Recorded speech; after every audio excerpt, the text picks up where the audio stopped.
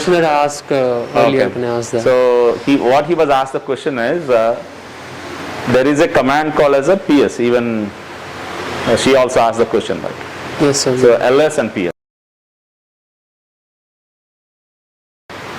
The PS only try to display the process. So ls command is only display the files. But there is a lot of differences between the file and process. Okay.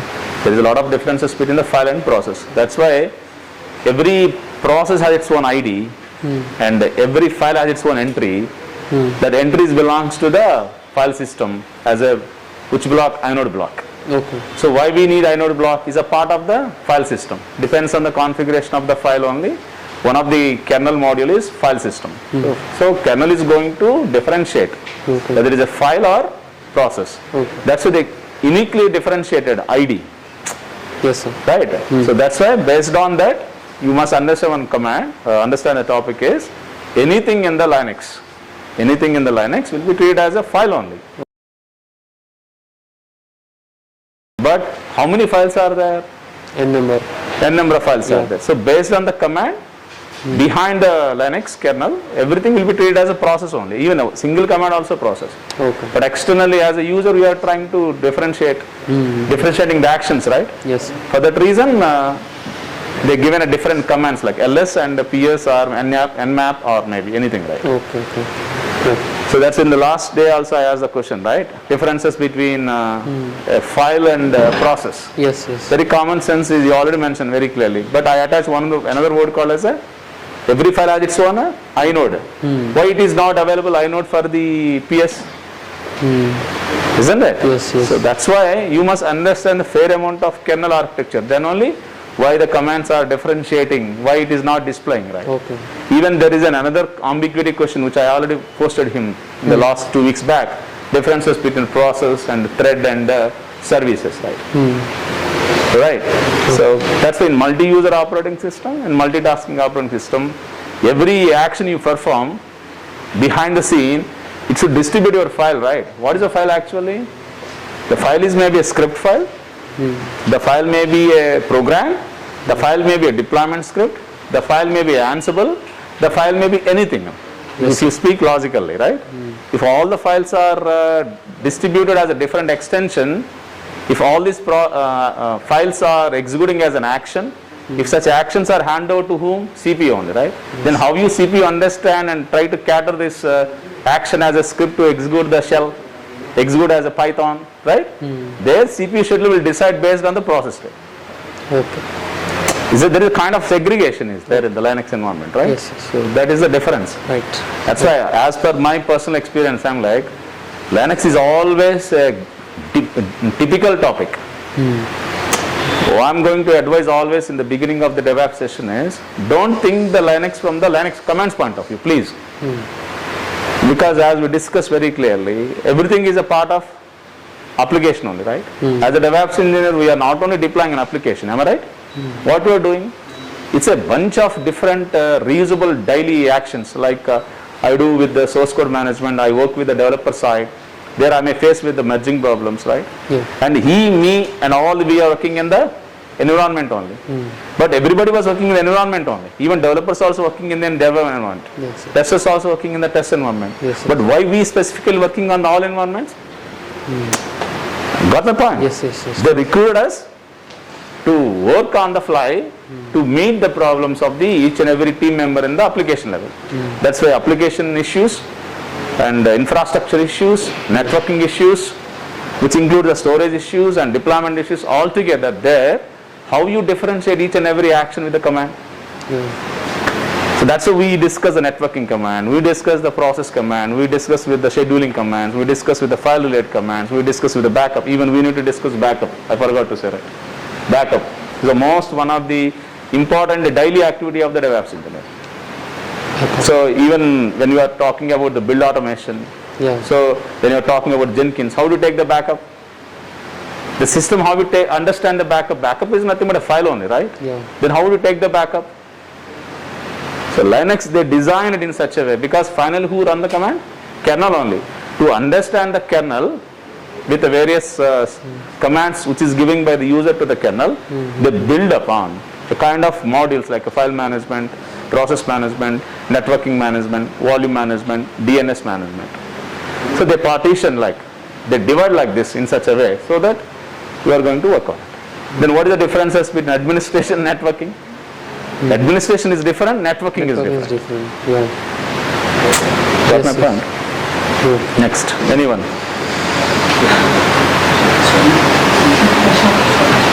You try to ask. The question is over. You try to change another question.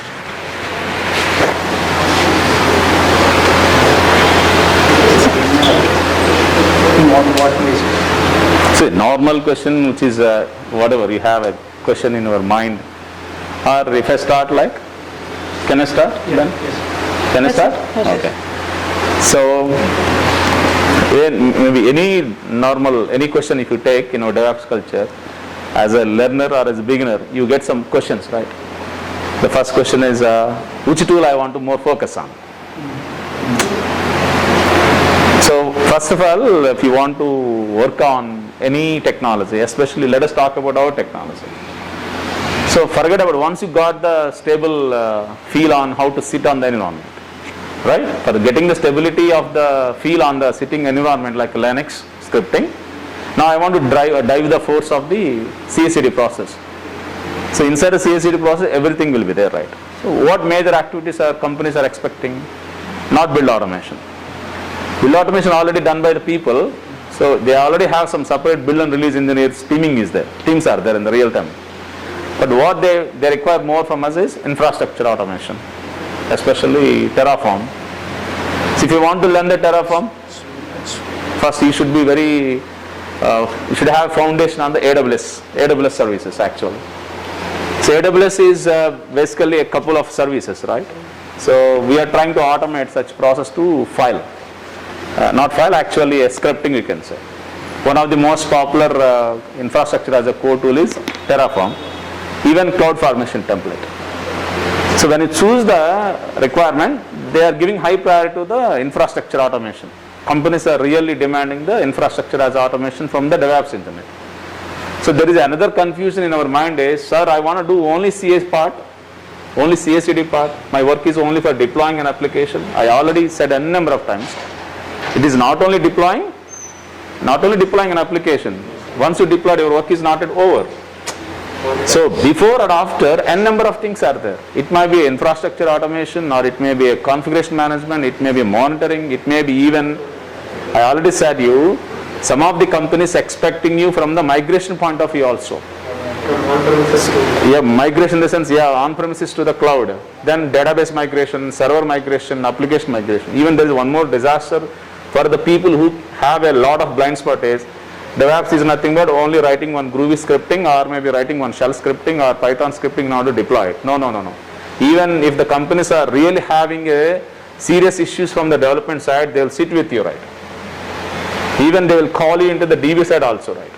That's why in the beginning I said 3 types of pipelines, right? Application pipeline, infrastructure pipeline, and data pipelines, right? So you must give more importance to the cloud nowadays, cloud with the Terraform. Next, Kubernetes. Why people are asking always Kubernetes? Because deployment is very easy, right? Orchestration deployment makes life easier to us. So that's why if you want to learn the Kubernetes, you should be very strong in the Docker. But if you want to learn the Docker, right, you should be very strong in the process management. Even not process management. Technically, professionally, if I speak in an ethical manner, who are having a sound knowledge on differentiating between the virtualization and OS virtualization, hardware virtualization and OS level virtualization. That's the reason, because of in the last discussion I gave the question called CH root. Let us try to create a separate jail. Then from there onwards you'll understand the differences between a process virtualization and OS level virtualization, like hardware and OS level virtualization. There we need to understand the kernel features like C group, namespaces. If you know such things, we have almost 7 to 8 namespaces are there in the kernel. Based on the 8 namespaces only, Docker is trying to work on it. So now, based on the Docker, the container part, of course, GCP is right. GCP is the company build the Kubernetes. Even latest version Kubernetes, Google is never entertaining the Docker. They are trying to entertain the, there is a Red Hat product is there for containers, right? So, but still 90% of the companies are using the Docker. So, Docker, Kubernetes, then Ansible. And more, there is one mature answer you always require. So even some of the buddies working in the company, some of the buddies already learned the tool, some of the buddies are already running the interviews, some of them are having no maturity over the interviews, they are learning, right? When you group together as a platform, your mind is saying n number of questions. Your mind is saying n number of questions. On the mind of questions only you are saying like, there is only for Ansible, there is only for Docker, there is only for Kubernetes. It is not at all happen in the industry, right? Maybe advanced tools will always encourage you with more echo voice. Hey, companies asking Kubernetes, companies are asking Kubernetes, right? Some companies trying to recruit in advance. In advance, in future, if they are trying to convert into the complete CI/CD part. Even some companies doesn't have an immature process. Some companies will recruit you to create the process from the scratch. So that's why you should not baseline the answer for your question. Based on the context what the company is expecting, right? Suppose Ansible, some people say like Ansible is not written by me, that is my operational engineer will be involved in it, so that I'm trying to use the configuration files, right?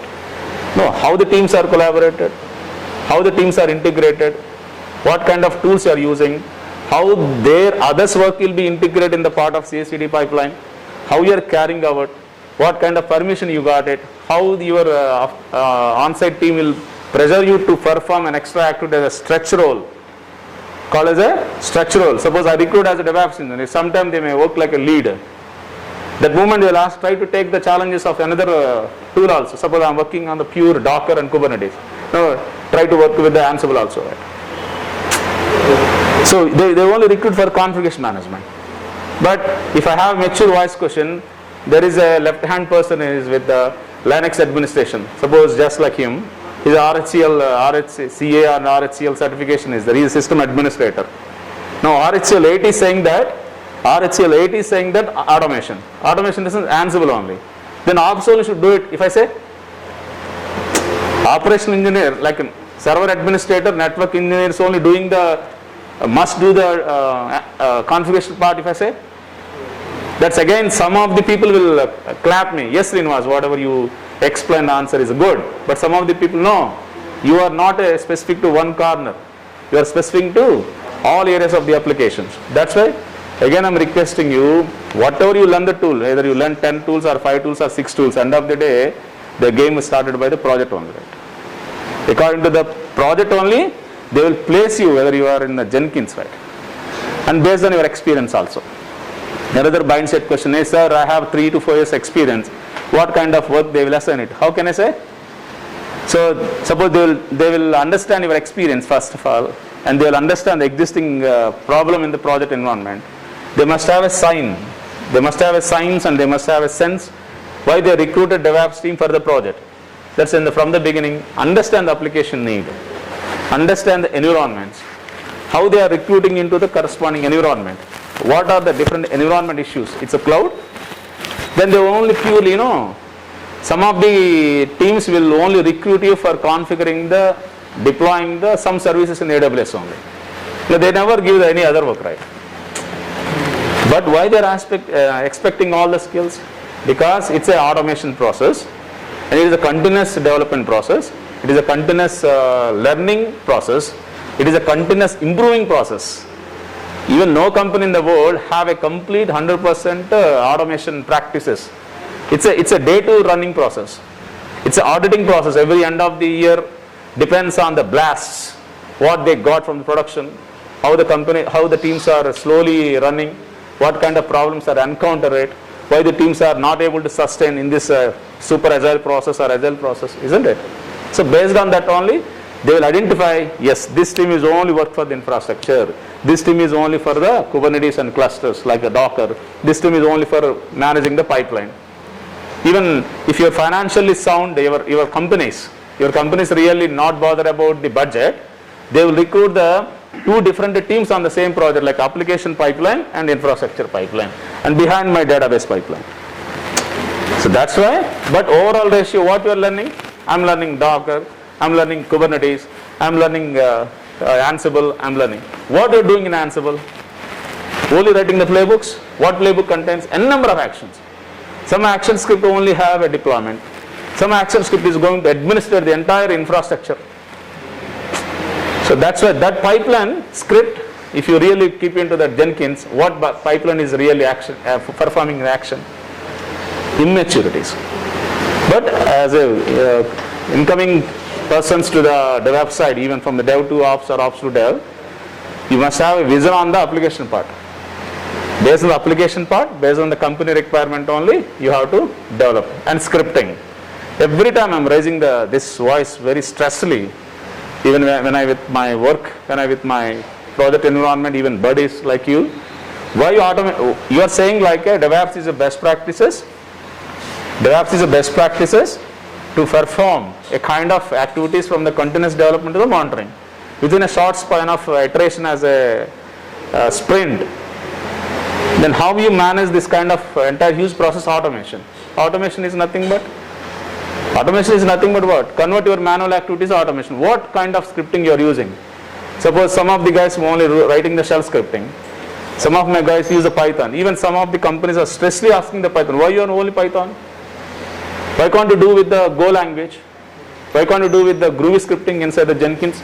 Why the Jenkins only allows the Groovy? Because it's a nature.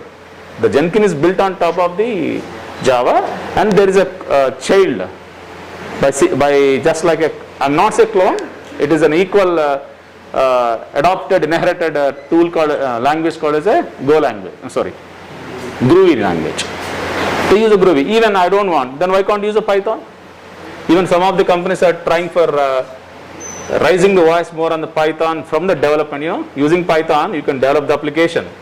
You can develop the web frameworks, right? Then you do build automation. You do testing, even testers, if you ask the testing team Selenium, they use the Selenium with the Python. Then they use the UAT team also, right? Then using the Python, we have to do network automation also, because Ansible is built on, Ansible is purely built on Python. Then even you can go with the monitoring tool of the, some of the packages are there. That's one of the biggest strength of the Python is packages. That's the reason some companies only entertains Python as a mandate from the continuous development to the monitoring. But some of the guys, for Linux administration part, for reusable automation script, you try to use the shell. For Groovy is a part of the CI/CD, and we go with the Ansible for Python. Someone segregate like that. So that's why I don't have to speak in such a way. I should not actually not have. I should not speak in such a way. Which kind of scripting language, what kind of automation tool you are using, not your decision. It's already decision based on the POC.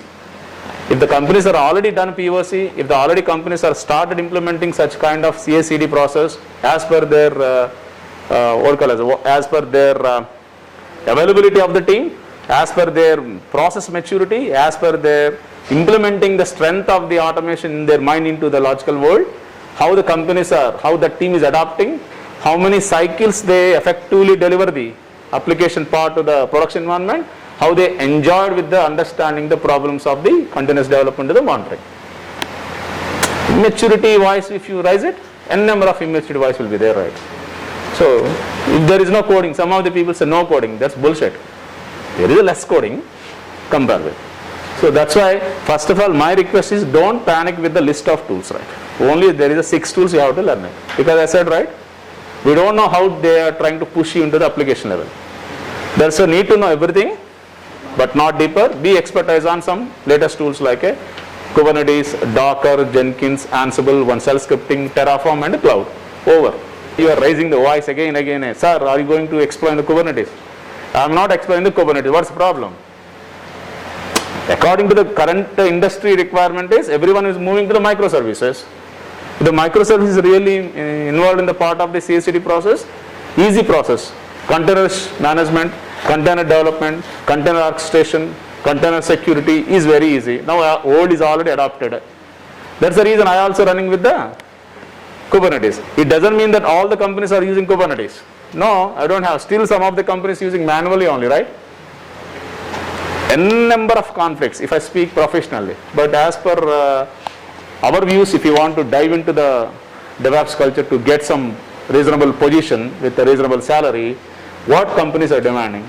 Based on that, everyone is saying the same voice, like Kubernetes, Docker, Ansible, Kubernetes, Docker, Ansible, Python. Why you are using Python? Tell me. Then no one answered it. Are you expertise in writing the Python scripting? No. Are you expecting writing the Terraform? No. But why are speaking the same words? Abdama? నేను అడుగుతారా నువ్వు అడుగుతావు Vamsi వినుకోండా are you going to ask? Okay, very nice question. Daitra. If you ask the questions, let us try to our voice very strongly. Let us. He asked the question called as scripting. Scripting is nothing but in a simple layman standards is a program. It's a program actually. Sir, what is a program? A collection of instructions, right? So why should I write down the instruction to perform a task in easy way? Then you ask a question. Srinivas, already I am performing action through commands. Because command is also performing an action, right? Suppose I am searching the Java as a services or not, I am searching a file or not. There is also one action, right? But if such actions are repeatedly performing, every time I cannot perform the command, right? That's why I keep all my reusable instructions as a small kind of logic. That logic is nothing but a program. The program is nothing but a scripting. Basically, scripting is for validating the environment. Most of it. So you can say testing. When I say testing, again someone will ask the question, this is for manual testing or automation testing? One of the bullshit of that confusion is, testing is not only for QA, even unit testing is there, integration testing, system testing and acceptance. Even I should not use the testing, validation. Validation, suppose my server is running or not, whether application is deployed or not. Or maybe I want to cross verify my monitoring applications. I want to cross verify the proper backup is done or not. So there are some reusable kind of actions. If you want to build it, you need to know the scripting language. So scripting is nothing but a program simply. But already I was raised the voice, differences between, some of the person asked the question, differences between programming language and scripting language. That is different. Programming languages are completely complex. They're not complex, we call as a it's called as a strongly typed language. Your scripting language are weakly typed. What is a strongly typed? Declaration is mandatory, data type is mandatory. In scripting language, data type is optional, no need to give that integer float rate. You know, scripting languages are compilation done in the memory at runtime. But in programming language, compilation is done in the file itself. That's you have to perform two things, compilation and execution. You have to perform two steps in a two different ways. But you simply write the execution, then perform two things. Compilation is done in the memory, then after it is going to work on it. Very straight and common sense is, using a programming language you can develop the application. Using scripting language we are going to validate the application. That's why I said that Python. Python is not only for development. You can move for network automation. You can go for the deployment also, in the integration of the Jenkins. Or shell. There are a lot of differences. So if you want to really have a good idea, if you want to resolve our ideas inside the scripting part, first you have to understand ad hoc. Then shell. What is the problem in the shell? Then how the virtualization is entered, how the content is entered. Then what is the server templating, server provisioning.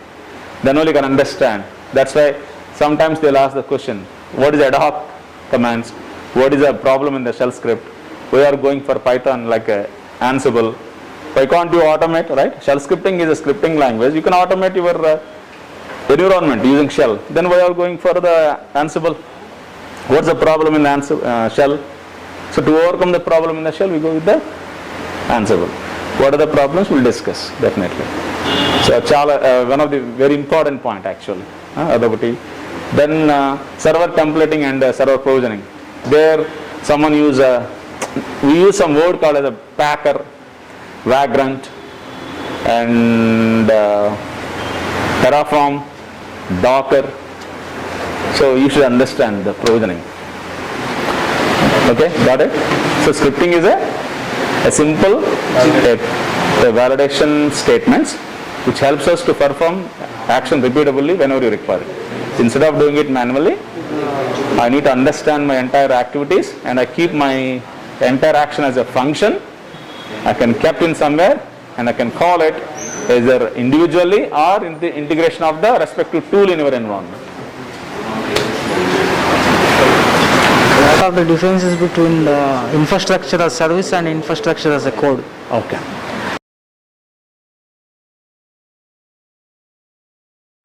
Very nice question actually. So infrastructure as a service is infrastructure as a code.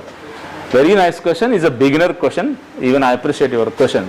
See, infrastructure as a service. Whether you are in on-premises or cloud. But most of the times we are trying to apply this term for the cloud. So infrastructure in the sense storage, compute, and networks, volumes, right? So you need to provide such services using some EC2 from the compute, RDS from the database, VPC and direct connect from the networking, and EBS from the volumes, right? But these services can able to configure either manually. But if I do manually, it's very difficult to perform such kind of infrastructure activities. What is meant by infrastructure activity? Create a couple of servers to my team and try to create a proper network, right?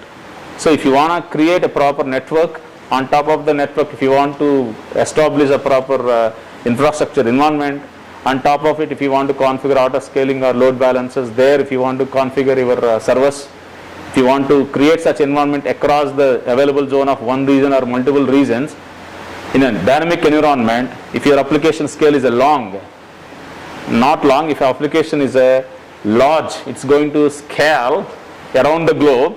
If your infrastructure is a growing, doing it manually is a very cumbersome job. So, I got my point. That's in order to do it, you write one template. That's called as a infrastructure as a code. You try to define infrastructure as a code in the GitHub and try to define the version controlling. Then whenever the changes are required, automatically I run my infrastructure pipeline. According to my application need, it's trying to create infrastructure immediately. In a simple layman standards, infrastructure as a code is a kind of automation technique to manage infrastructure services in any one of the cloud. If you are in the AWS, we use a cloud formation template. If you are in the Azure, there is ARM templates. But one of the provider is going to work on all platforms like a Terraform. Got it?